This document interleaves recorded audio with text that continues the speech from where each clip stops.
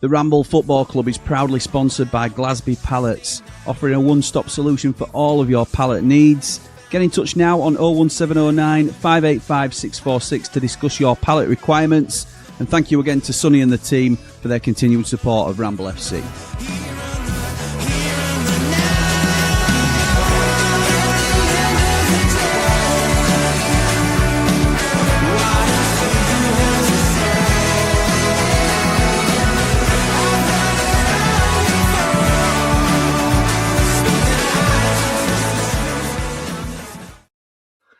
Hello, everybody, and welcome to the Ramble Football Club. This is our mine and Lewis's brainchild. He's here along. Hello, Lewis, the Batman. How are you? I'm good, mate. How are you? Very good, mate. Yeah, we hatched a plan a few weeks ago to start a show that reviewed the Premier League, and we're going to be doing another one on the Championship as well. And yeah, top 20 takes we've decided on. It's a strong name, mate. Do you like it? Strong name, yeah, and that is definitely your brainchild. I have to say that was we had some mulling over, and you decided that a couple of days ago. Yeah, so at some point, mate, you gotta take charge and make sure it's the right one. So yeah, well, no, here we are, guys. This is a review of the weekend in the Premier League. An awful lot of goals, 32 goals this weekend in the Premier League, mate. So plenty to talk about. And obviously with the TV scheduling, it starts on sometimes starts on a Friday night, sometimes it starts on a Saturday lunchtime. And we're going to take you through those games in the order and just review what happened in the Premier League this week. So yeah, we start our little roundup over at the GTEC Community Stadium down in West London. I live very close to that, actually, in Ealing for some time when I lived down there. So yeah, it's a club that I hold a little bit of fondness for, and honestly, I did fear for them at the start of this season when I saw the player sales. I know Wissa managed to get himself out the door, maybe not as in the best way possible. Brian and Bummo, obviously, were what we regard as probably their star player, leaving and losing Thomas Frank, who's done an amazing job in this country, replaced him with Keith Andrews. And there was a little bit of fear in that because obviously Keith is a inexperienced. I think it's his first full managerial appointment. But again, what happened down there, Lewis? What happened in that game?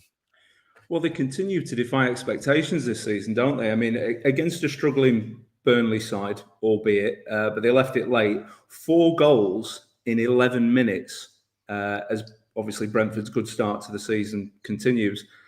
Starting in the 81st minute with Thiago converting a penalty. Ouattara brought down by a clumsy challenge.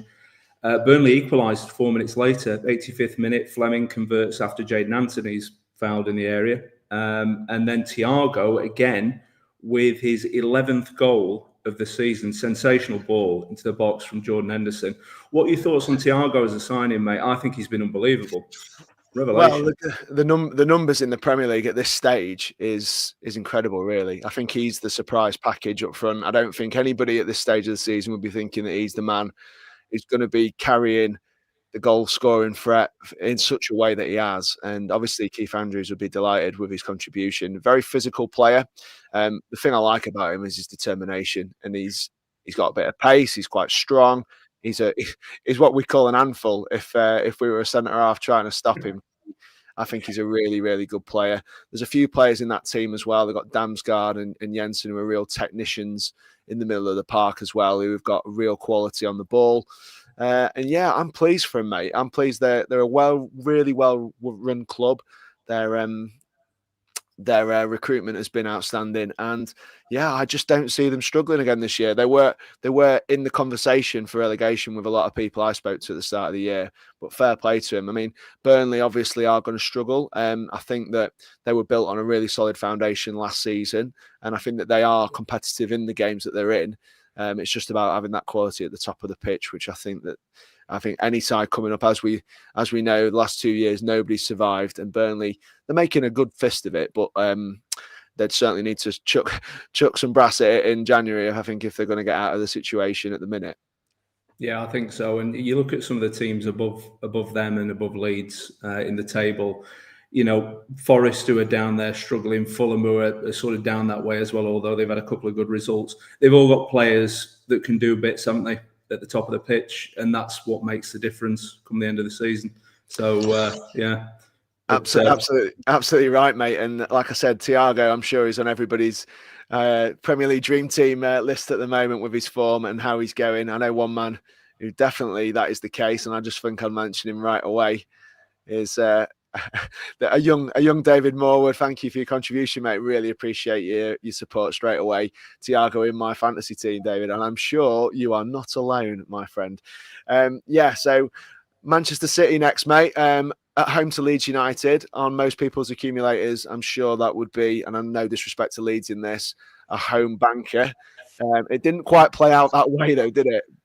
It did not. I mean, Leeds so very nearly came away with something, when it seemed unlikely at half time. And it was a game sort of bookended by just brilliance from Phil Foden, scoring the first and the last goal of the game, first minute, guides a Nunez assist off the bar. Then Man City go 2-0 up in the 25th minute. Gvardiol profits from a goalkeeping error from Lucas Perry in the Leeds goal. VAR cleared Bernardo Silva of offside in that situation. Looks a little bit contentious. I think they probably got it just about right on review. And then it looked like it was going to be, straightforward for City, but it was anything but. Just after half time, Calvert-Lewin slots home after what I would say is Man City making a dog's dinner of defending, trying to play out and making an even bigger mess of the recovery defending. Calvert-Lewin can't believe he gets a second bite at it. Equaliser from Nemicha is from a penalty that he has saved, and then he converts the rebound following a Gvardiol foul on Calvert-Lewin. So all of a sudden, Leeds look like they're going to come away with something.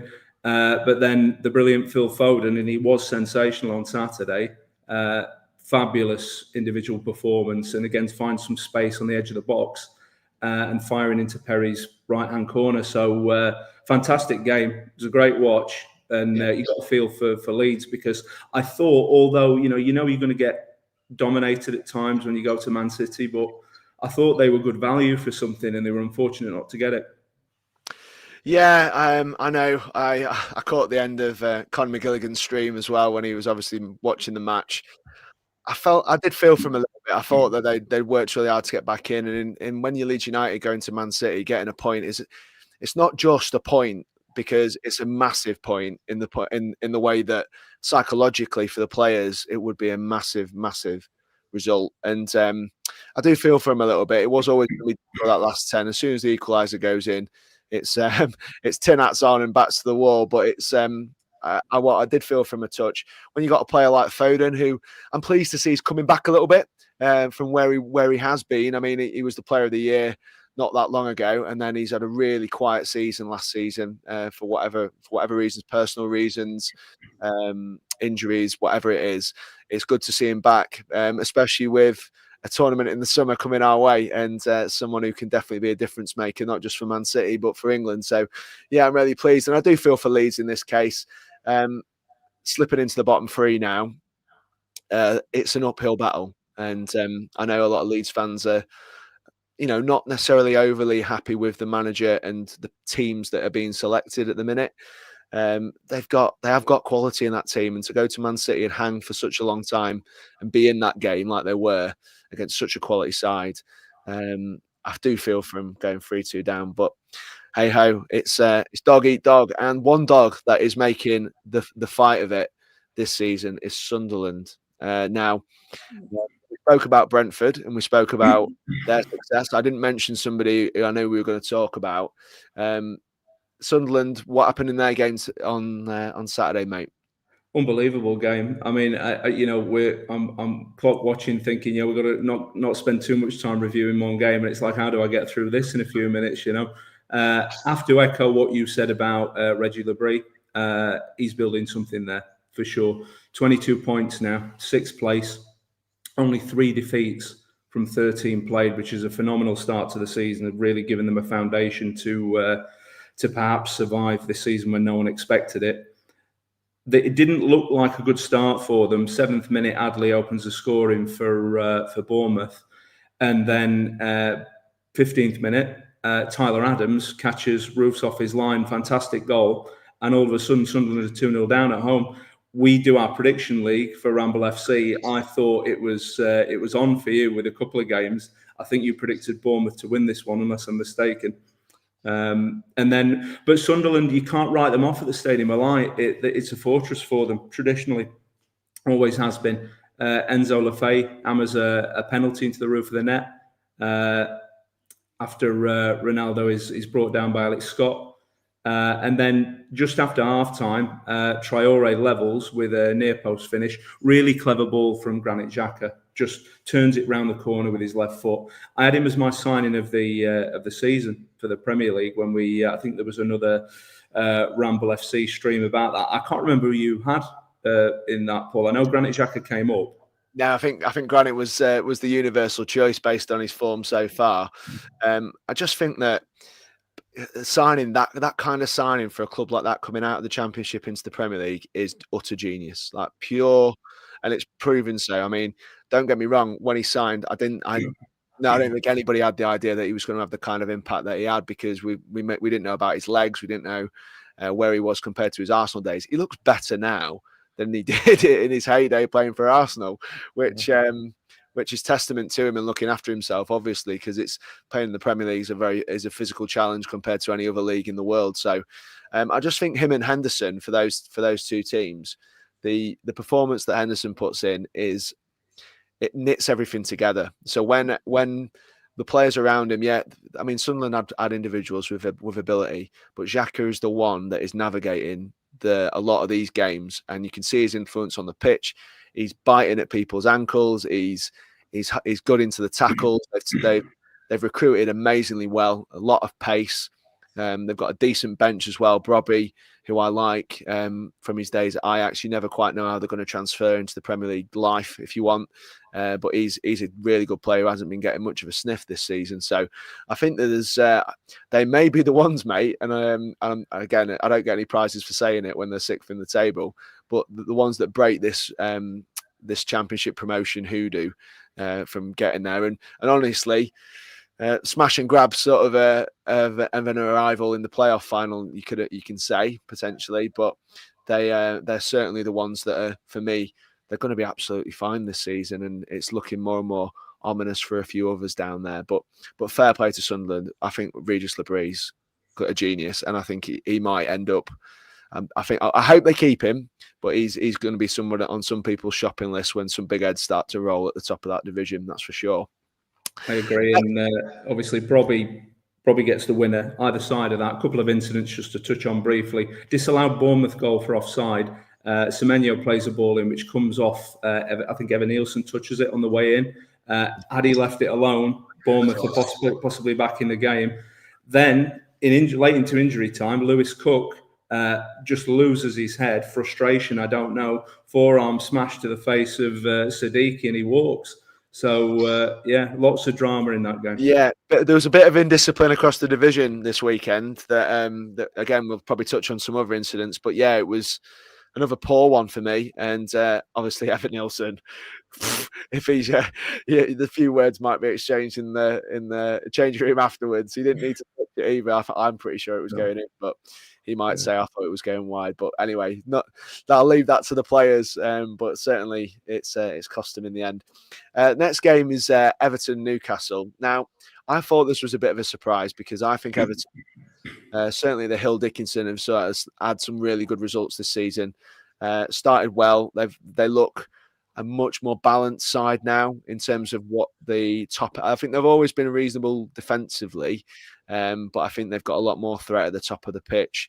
In that little trio they've got in the 4-2-3-1 of Grealish, Dewsbury Hall, and Illiman and Dye, who all three offer something slightly different. But there's a lot of ability in that Everton forward line. But I mean, this is again. We talk about good signings. What Amada is? I can struggle to say his name, but he's made a big impact for Newcastle. What was the score in this one, mate? Newcastle won this one 4-1 and raced into a 3-0 lead in the first half. Led 4-0 before any reply as well. Newcastle's first away win of the season, by the way, and what an emphatic way to do it.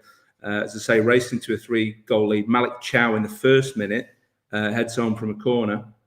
Everton failed to clear their lines in the 25th minute. Lewis Miley makes it 2-0 from the edge of the area. And then a counter-attack from the right-hand side. Elanga puts the ball in. And Voltemade, who's another player I really like that Newcastle brought in recently. Lovely little lofted, just lobs Pickford into the far corner. Great goal. Again, a player that kind of he's in some ways that classic number 9, but he can drop in and almost play like a 10 sometimes, can't he? Really nice player. Enjoy watching him. Nice, classic. He's a good target man at the top of a 3 with a 1 at the top as the sole 9, isn't he? I think he's a really useful player for them and links it all quite nicely, similar to how Forest play with a couple of flying wingers either side, and then the big centre forward through the middle. So yeah, I think he's been a good addition. But 4-1 again, I wouldn't have called this before. It didn't register with me that Newcastle are having such a poor season away from home, because they're a very I think Eddie Howe will bemoan a lot of the consistency that they show, Newcastle. I mean, that is an excellent result and a superb performance down at Everton. But he'll be after more at this stage of the season. He'd have wanted a few more points on the board, I'd imagine. I think so, and you're thinking Everton might come out and respond in the second half. Then Malik Chow pops up again, a nuisance in the air in this game. Far post header to make it 4-0. You felt for Everton. Tierno Barry puts the ball in the net, but handles it in the process. It gets ruled out for VAR until finally. And what a shame this was only a consolation goal. Dewsbury Hall, what a goal! Yeah. Amazing first touch to bring it down and finish. Technically a goal worthy of winning a game. Unfortunately, it's a mere consolation for them. They'll have better days at home. I've liked Everton at times this season when I've seen them. I think Moyes has done, a good job there. But yeah, not a good day at the office for them. Newcastle may be gathering some form now. We'll see. Yeah, and well, I'm sure Everton and Newcastle, they could say sublime to ridiculous this year. They've had some great stuff. And carrying on that sublime to ridiculous, Tottenham Hotspur at home to Fulham. William Hill probably has put another story on his house after this one, because this would be another racker buster, I'd imagine. Tottenham 1, Fulham 2. Didn't really see it come in. I don't know why I say that, because I never know what to expect from Tottenham. They are either really impressive. Went to Paris Saint-Germain and gave arguably the best team in Europe a game, and then they come back home and it's mistakes at the back for them in the shape of the goalkeeper, who I'd said this a couple of years ago. I'd have said, yeah, I can see him making those mistakes, but he's been playing really, really well, and it's just gone a little bit off for him on Saturday. Yeah, I think so. And you never know what you're going to get with Spurs, do you? We've talked about this. And I have to say, Fulham are in decent form. They've now won 3 of their last 4 games. Looked good again at the weekend. I watched them the previous week against Sunderland, where they only won 1-0, but they really dominated that game and possibly could have had more goals. So they seem to be in a bit of a vein of form at the minute. Tete scores at the near post with a low drive after 4 minutes. And then the mistake you refer to from Vicario, which is only a couple of minutes later, I think. Harry Wilson showing great composure to kill the ball in from 25 yards wide on the right. Wonderful technique. I think every one of us who's a purist footy fan would say to Vicario, mate, just hit the back of the stand there and regroup and get going. And it's easy said after you've seen the ball fly in the back of the net, obviously. But he's a bit unlucky that it's fallen to Harry Wilson, who is a technician and a half, as we know. That left boot is a bit of a wand, and he has shaped it perfectly. Yeah, impressive from him. But from Spurs' point of view, I think obviously it's an improvement this season under Frank. You can see that straight away, but it's just the up and down nature of the performances. I'm sure Spurs fans would kill for a little bit of in that gorgeous stadium they've got, just a little bit more consistency in terms of what you get from them. Now, the next game down to Selhurst, Crystal Palace versus Manchester United. Crystal Palace 1, Manchester United 2. This for me is the falsest result of the weekend, in that I watched this game and the number of gilt-edged chances that go begging for Palace in this match before Man United show a lot of character, it has to be said, to come back and take the victory. Yeah, I thought Palace were more than good value for something out of this game. Yeah, me too. And I'd have to say, particularly in that first half, they had some really good chances, looked far better. Man U, I'll give them an out. They showed some perseverance and a bit of know-how to come back into it. I agree. They did get away with one, I think. But, when you've got some of the quality that they've got in the team, and okay, the goals came from surprising places, Xerxes and Mount. First goal for a year for Xerxes. First in a year, that is. I've been told. Yeah, first in a year, and it's a great strike as well, right across the face. And you think, well, he's got it in him. He's not been producing it. Talk of him getting a move somewhere else in January. There's one incident I wanted to ask you about, which I'm scratching my head about. Mateta brought down and asked to convert a penalty twice. So the first one is ruled out for an accidental double touch, and I have watched that incident 7-8 times. I cannot see the double touch. It just looks like he kicks it into the ground. I don't know whether you saw it or whether you disagree. It's really bizarre. It's the sort of thing we need Gaz Dunn to look at, really. Mate, I'll be honest with you. And we're open to sponsorship on this show, everybody. Specsavers, if you're interested, maybe Lewis could be your first customer, mate. Because I've watched it back and I could see it clear as day, mate. See it? Yeah, I can see it, mate. It's I thought it was pretty clear. But one thing I am pleased about is the slight adjustment in the rule that you get to retake it, because I've seen those where people have ran up to a muddy penalty spot, slipped, and it costs them. And I know you can't. I don't know if everyone feels sympathy for it. I'm sure that the Man United fans won't have liked the new change based on the fact it went against them. But I was quite happy to see him having to retake it, and it showed a lot of composure. A man who's again, like, the job that Glasner's done over down there, losing Elise and Eze, and obviously Mateta and Sarr, who's become a real danger man. They've got a really great team that he's put together down there, competitive every game. Obviously, first trophy in the bag, which is always great for a club like that. I think the supporters are amazing, and yeah, I think that Manchester United. Pleased to see Mason Mount coming into a little bit more form. I think he's struggled for the last few years, and he looks sharper now than he has done for a long time. But yeah, I think Palace can count themselves a little bit unlucky in that particular game. Yeah, agreed. Yeah, on to the next one. So Forest and Brighton. So that's Forest, who obviously have got rid of the manager, Ange Postecoglou. Surely has burnt his Premier League bridges by now with his performances at Spurs, and a nice bloke, but it just hasn't worked out for him at either Forest or Tottenham.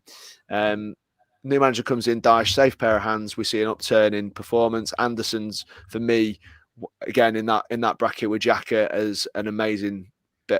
He's stepped on so much in terms of his improvement in terms of centre mids in the Premier League. I think he's top end, and yeah, it hasn't been going their way in this particular game. Tell us what happened, Lou. Well, lots of early chances for Brighton, and largely the better side in this one from what I saw. Left winger De Kuyper, impressive in this one. Grabs his second goal of the season. Great run. This is in injury time at the end of the first half, if I recall correctly. A great run to the centre of the penalty area after a slide rule pass from Ruta. Composed finish, really good goal. And it's not until late in the game, 88th minute, that Brighton double that lead. Zimas prods into an empty net after some just really sleepy defending from Forest. Obviously, they're pushing forward, looking for an equaliser, and they just switch off a little bit at the back, and Brighton make it 2-0. But they've got players that can do that to you, as we know. I was talking about England's options for the summer, and there's a man who's on this pitch who I believe is a far better player than he was during his heyday in the England team. I think Danny Welbeck, for me, and I'm putting you on the spot with this one. Yeah. I think he's got to be a consideration, surely, for the England team. Surely he's got to be in the contention. When you look at our centre forward number 9 position, I think obviously after Kane, not Kane, he's not going to replace Kane, but after Kane, I think he's having a better year than a lot of the other alternatives. Well, I don't think it'll happen, but in support of your argument, I know exactly why you're saying it. One, because the drop off after Harry Kane for England is, not to say too many bad things about the options in behind him, but the drop off from Harry Kane is quite jarring when you look at it. Yeah. Just the caliber of player. Danny Welbeck, with all that experience, played at the top level for so long. I saw him score a goal last week. They played at home, and I'm trying to remember the opposition. He scored this goal. Ball gets played from deep on the right, and he just arrives between the centre halves. Unbelievable instinct, and then the quality to finish first time on his right foot. I think it was against Brentford. In fact, it was Brighton Brentford last week. Great goal, and he does that so often for Brighton, and he makes such a difference to them. So I know why you're saying it, and I wouldn't be against it. Don't think it'll happen, but I'm not against it at all. No, I think it's Thomas Frank as well. Is not Thomas Frank. Sorry, God, my brain's gone to sleep. What's it? Tuchel, Thomas Tuchel. That's the man. I think he's the type who has that kind of surprise up his sleeve. Maybe I think with the reintroduction of Henderson into the side as well. I think he's one that might just consider it, especially if someone maybe picks up an injury at the wrong time. I've got to think Welbeck's a good option. But we'll travel over to the West Midlands now, to Aston Villa and Wolves. I've got a feel for the Wolves fans at the minute. I think that they put up a really good fight. Rob Edwards has gone into what has to be the hardest job in the league. 2 points on the board at the minute. They fought really hard in this game and tried to stay alive. There wouldn't have been many people backing them to get out of this game, and I think that they're a little bit unlucky in this one, in a local derby as well. I'm desperate for their supporters to have something to shout about, but it's Aston Villa who get the job done. Again, we're talking about some amazing managers. Unai Emery is a superb manager. What do you think? Yeah, he is, and has proven it at several clubs. I think sometimes I think should Arsenal have stuck with that project for longer when he was there, because he's been successful pretty much everywhere else. It's just not happening for Wolves, though, is it? I mean, they played okay in this. I agree. Villa's a difficult place to go, but 7 goals from 13 makes grim reading, doesn't it? I mean, it's a recipe for relegation. Sorry, Wolves fans, but it just is. I really felt for them in this, because Strand Larsen had the ball in the net and it gets ruled out for offside. John Arias is in an offside position, pretty much right in front of where he shoots. Takes a duck down to let the ball go in, and it's the kind of look you get at the bottom. He just arrives in the wrong place at the wrong time. Strand Larsen scores a perfectly good goal, but he's right in line with it, and the officials had no choice. Villa's goal, just going back to Villa for a moment, Camara scores with a left-footed thunderbolt, I think I would describe it as, into the keeper's top left-hand corner. McGinn finds him in space on the edge of the area. But yeah, Unai Emery, I mean, he just, even when they have to sell 1 or 2 players, he just builds back on top of it, doesn't he? And a very smooth operator, I would say. Yeah, I am hopeful Wolves can make it more of a fight of it in the leading up to Christmas. But again, we shan't be holding our breath. Down to London now with West Ham and Liverpool. What do you make of this game, mate? It finished 2-0 to Liverpool in the end, didn't it? Well, I watched the entirety of this one live. Isak Isak went close first half. Both, great saves, a couple of great saves from Areola in the first half. I think we talked about this yesterday. I had one of his better games for West Ham. Big talking point, which I will come to in a minute, was the Paqueta sending off, which I know me and you had very strong opinions on yesterday, and we were very aligned in those opinions as well. But Isak opens the scoring for Liverpool on the hour. Gakpo swivels and plays a reverse ball into Isak, and he tucks it inside the near post. Very composed finish. Isak needed that goal. We know he's had his struggles this season after coming for a big price tag. But one of the big incidents of the game, as I just mentioned, Lucas Paqueta sees 2 yellow cards in as many minutes for persistent dissent, which, he wouldn't leave the referee alone, talked himself into an early bath. The initial yellow card was for objecting to a foul on Lee Edridge's favourite player, Szoboszlai, And yeah, so it's easy for you to say, mate. Yeah, I don't have to wipe the screen. It's fine. But yeah, and he just, we talked about it yesterday, didn't we? When we had our little meeting, he just wouldn't leave the referee alone. And I think you felt the same as me. If you're the manager or his captain, you would be incandescent with rage. Having said that, Jared Bowen, for me, as the captain, and I think you said this before I did not do enough to stop him. Didn't do enough to tell him to leave. No, I'll say it to you, mate. I thought the one who was trying the best was Alisson Becker. Yeah, I think he tried. He was the one, Brazil teammate, trying to pull him away from the referee. I could not fathom what he was trying to, what the outcome he was trying to get to was my thing. So what Paqueta, what was he hoping for? Because I say that to people I coach and people I work with. When you're moaning at a ref, what are you hoping he does? Oh yeah, I think you're right, mate. I'm going to change my decision. It's never happening. It's never going to happen. You're allowed to be upset on a football field. I get it. But what the question that I had was, Jared Bowen just looked like he was almost rolling his eyes. He looked like he didn't really have the authority over Paqueta in that instance, because obviously Paqueta's a big player for him. Jared Bowen's the big player for him. I felt like I was thinking, I thought to myself just afterwards, Lou, was like, if Mark Noble was still at the club, would that have happened? And I'm not one for digging out Jazz Bowen, because I think Jared Bowen is a fantastic footballer. If Mark Noble was there, do you think he would have got dragged off? Because I'm fairly sure within that team, if it had been Potts, for example, a player just building his career for him, if he'd have been the one giving it large, I get the feeling there'd been a few more around him, pulling him away and sorting him out.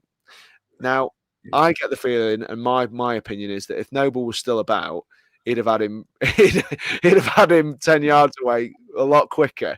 Is there a bit of a leadership issue at West Ham? Because they are struggling this year, and they are gearing up for issues down the line, particularly if their better players are talking themselves into red cards. Well, in that instance, you definitely need a lot more experience and leadership on the field, don't you? You do wonder if they had players like that at the club, whether there would have at least been more effort to get him away from the referee. I think the problem there is, yes, possibly there's a lack of experience and leadership, or certainly on that side of things. But also Paqueta, international player, plays for Brazil. Maybe there's a little bit of, he's a big fish in the changing room, and they just don't want to step on his toes or get in his face. I think there's a bit of a dynamics issue there. And I think if Nuno had been in there 6 months longer, he might have had something more to say about it in the presser, because I think he was very diplomatic. He spoke generically about behaviour, didn't he? But I think if he's been in the door a bit longer, he don't want to lose one of his better guys by alienating him in the press. And I think he might have had a bit more to say about it, because Nuno doesn't usually pull the punches, shall we say, in those situations. Last game, mate. It's the Super Sunday, the 4:30 Chelsea v Arsenal, top of the table clash. Marred by another incident where a player's been removed. Arguably, again, one of those central midfielders. We're bigging him up today. Moises Caicedo. A lot of the talk pre-match was about Caicedo in that midfield, and whether he was the best one on the pitch at the time. But I'll let you tell me what happened with that one. Yeah, well, I mean, just to say as well, Chelsea really impressed me in this one, given the circumstances they found themselves in and the character they showed and the quality they showed as well. Caicedo obviously sent off for that horror tackle on Marino. It's dangerous. It's over the top of the ball. It's delivered with force. VAR, in my opinion, reviewed it correctly. I don't think there can be any argument. They adjusted to it well, though. Naturally, it meant Arsenal had a lot of the ball, but Chelsea were arguably more productive with the possession that they had, and they take the lead just after half-time. Trevor Chalobah scores from a corner with a flick on from the near to the far post. And then you're thinking, well, it really is a game now, and Chelsea can maybe try and drop in and defend a little bit. I thought they were very competitive throughout, to be honest with you. I don't think they, they necessarily tried to concede the pitch to Arsenal. I think if you do try and concede territory to a team like that, they'll step into you and cause you problems. Unfortunately for Chelsea, they did find an equaliser, though. Saka, just before the hour mark, checks back onto his left foot, puts a cross into the box. And, as soon as, I don't know what you thought, Paul, as soon as it left his foot, I shouted goal. I knew it was going in. I could just see the shape of the ball and Marino's run, and it looked for all the world like it was going in, and it did. So I'm still saying, and I'm going to ask your opinion on this now. I'm still saying Arsenal win the league. I think they've bolstered the squad well. I think they're at a point where, I mean, they were missing their two main centre halves on the weekend, albeit I know they were playing against 10 men for a large part of the game. But I just think they have enough in their squad this season. And for me, I think this time they'll do it. I don't know what your feelings are. Yeah, I think they'll be disappointed because I think it's a slight psychological boost for Chelsea, who've got out of jail a little bit with regards to the situation in the game. And Arsenal, you would have thought, based on what we've seen this season, for them to go on and win it, but it wasn't to be. Hey ho, it does happen. So yeah, they both take a point. No one walks away too wounded from that situation, and they both move forward. So yeah, I think I agree with you that Arsenal, for me, are the favourites. I don't think again we're going to win any prizes for guessing that. But they've been there before. It feels like they've got a lot of strength in depth this season, in all over the pitch. It feels like there's a good player to come in if something goes wrong with one of the first 11. So, and the defence is terrific. In my opinion, the best in the league. So yeah, we'll wait and see about that. But Chelsea making a really good fist of it. Maresca doing a great job there, managing what is notoriously a tricky setup at Chelsea. Had quite a few managers over the years. Big names have come and gone very quickly in that seat. And when he was appointed, I don't think he was everybody's first choice, or certainly not a lot of Chelsea fans wouldn't imagine he was first choice, but doing a fine job managing quite a bloated squad down at Chelsea, and certainly some big old contracts as well. So what does that mean for the league table then, mate? Let's have a little look. Well, we've got Arsenal at the top there on 30 points already. And obviously the form book looks really good for them as well. With the 4 victories and 2 draws in the last 6 games. Manchester City and Chelsea. Do you see Man City and Chelsea being the main threat this season to Arsenal? I think we'd have to say so, wouldn't we? I mean, at City, I thought were looking like they were getting back to their old selves, and have stuttered once or twice lately. Okay, they got out of jail the weekend against Leeds, but suffered a defeat at Newcastle the week before. I think they're the 2 main challengers. I'd still keep an eye on Chelsea. They really impressed me at the weekend. I thought they had a bit of strength, bit of mentality about them. So I wouldn't write them off completely. Liverpool, obviously the outlier there on 21 points. Can you see an improvement? I think the summer recruitment on paper looked fantastic. I know it hasn't worked out for any of them really. Maybe Ekitike, you could argue it has. Do they still have enough gas in the tank to come and leapfrog some of those just above? I think they'll get back into the top 4. I do. Just the depth they've got and the quality that they've brought in. I think it's taking them some time. I think when you change the squad a little bit, it can sometimes upset the rhythm and the kind of mood around the place when players leave, when players come in. We've seen it with City. They're not quite their old selves. They haven't been for a while, but they lost a lot of experience, and they've tried to replace them with younger players. It takes time, but I think Liverpool will be okay. Yeah, well, again, there's another juggernaut of a club who are sat just on top of him there in 7th position. What's realistic for Man U this season, mate? What do we think? Because look, after last season's disaster, is 7th going to be about right, or can we see them sneaking away into Europe? Certainly, it'll be an objective, you'd imagine, for a manager who's in charge of Man U to try and get some European football there. I think they can certainly sneak into the top 6. I could imagine them doing that again. They've got some quality in there, as we know for a long time now. Now they've never quite knitted it all together. They're really, really hard to predict. I think as long as they keep some of their key players fit, top 6 is realistic. But I see them probably finishing roughly about where they are, 6th, 7th. Yeah, I'll be with you. I think they might make a push for the Europa League. I think they're a much improved side this season. And I'm hoping to see some good football. The games are very hard to call at the minute, mate, and it does make for a really competitive league. So yeah, we're looking forward to next week as well, and even again to games tonight and tomorrow, a midweek set of fixtures, which is rare. But yeah, we'll review those next week, mate, on this very show. Let's have a quick peep at the bottom. Brentford leading the way down there. Everton, who yeah, I think they're having a good season, but again, I think Moyes will want a little bit more consistency, certainly after the weekend. Tottenham, the same kind of story, and Newcastle, you could argue, all three of those with a lot of potential, a lot of good players in their squads, and probably going to be looking up rather than down, hopefully, for their supporters. Down at the bottom there, mate, I think Wolves on 2 points. Something needs to happen pretty quickly for them. Yeah, absolutely. They need to start, they need to string back-to-back wins together to kind of breathe some life back into them. And as we know, extremely hard to do at that level because you seldom have a couple of winnable games together. Is anything winnable at that level in that sense? So, in terms of the teams that are down there, the three that are there are the three I kind of would expect to be there, to be honest, at the end of the season. Okay. You might have an out if West Ham get pulled into it, but I think West Ham and Forest should have enough. Is it almost looking like 3 from 5 already, mate, at this early stage? I know there's always potential for a good run to come, certainly over the Christmas and January period. Lots of games to play. Do you see it as 3 from 5 moving forward? I know a lot of people think the current 3 might be the ones that end up going through the trapdoor, but I think there's still plenty of football to play. There's plenty of football to play. And I think, yes, possibly 3 from 5. You can always get one that gets sort of sucked in later in the season, goes on a bad run, has some of the top teams consecutively over a few weeks. But I look at the table and I think Fulham in 15th. I've seen Fulham a few times. I think a lot of quality, a lot of athleticism in that team. They're good at the top of the pitch. They're quite a dangerous side on their day. I would say for me, the bottom 5 are the ones that would perhaps be in trouble. But Forest, again, they've got some quality in the team. I think they'll punch their way out of it. Yeah, for me, they're the ones, and obviously West Ham with their they've got some players.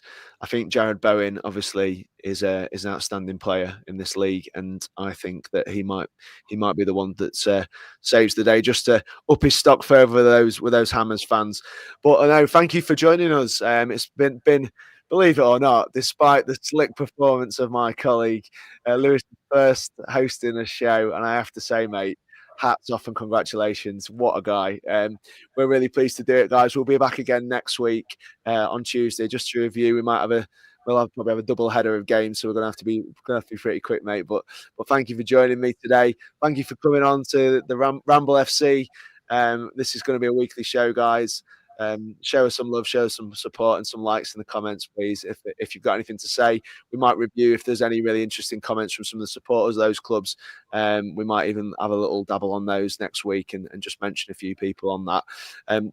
Apologies if we haven't read your comment. I know David sent us a tenner, so he definitely gets a mention. Thank you, David Morwood. We really appreciate it, and thank you very much, guys, for joining us.